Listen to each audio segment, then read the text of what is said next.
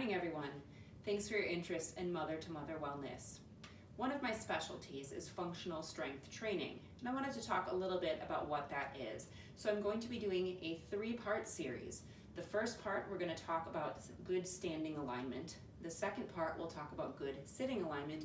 And in the third part, I'll give some examples of exercises that we would do that would help strengthen and stretch the muscles that we want to work in order to develop proper alignment. So first things first, what exactly is functional strength training? When we think about functional strength training, we should be thinking about things that are going to support our body to be strong and provide us with proper alignment so that we can functionally live in this world. All right, so most of us spend a lot of time sitting in this day and age.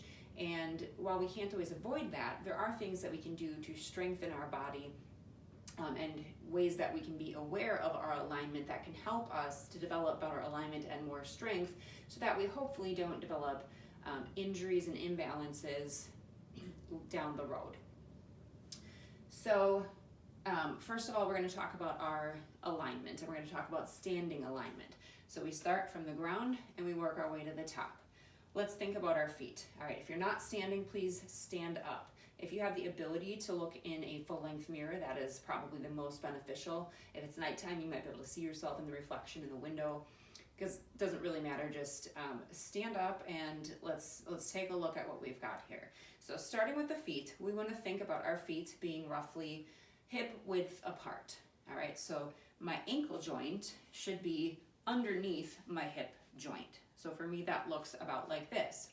Next, we want to think about those points of contact in the feet. So what are your feet doing? Do you notice yourself rocking back at all? Do you notice yourself leaning forward at all?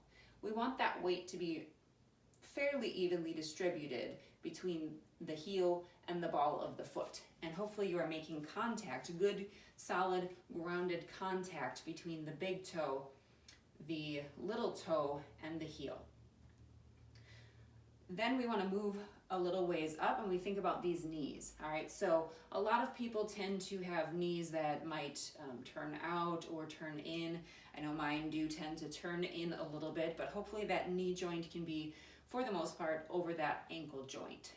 At the moment, there's not a lot we can do to really fix that while we're standing, but we want to think about having soft knees, all right? So we don't want them to be locked and really tight. I'm not really squeezing those quads, but they're soft so that I could bend and sit if I wanted.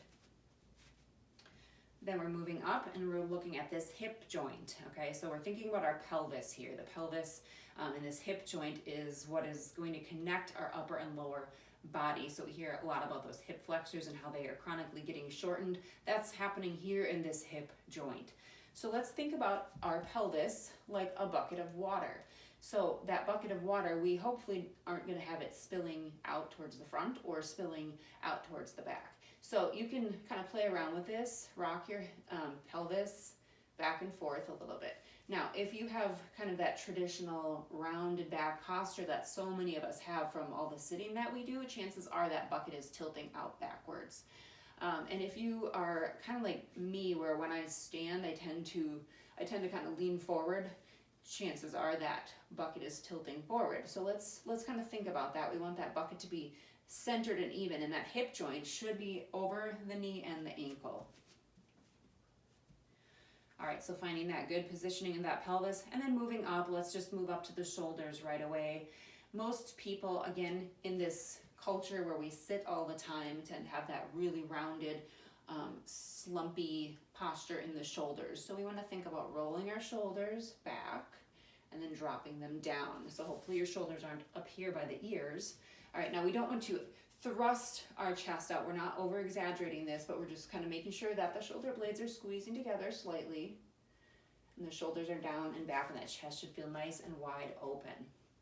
And then lastly, we want to think about our neck and our head and how that's aligned. So again, with that sitting that we do, and especially with the use of smartphones, all right, hopefully you're not doing this right now.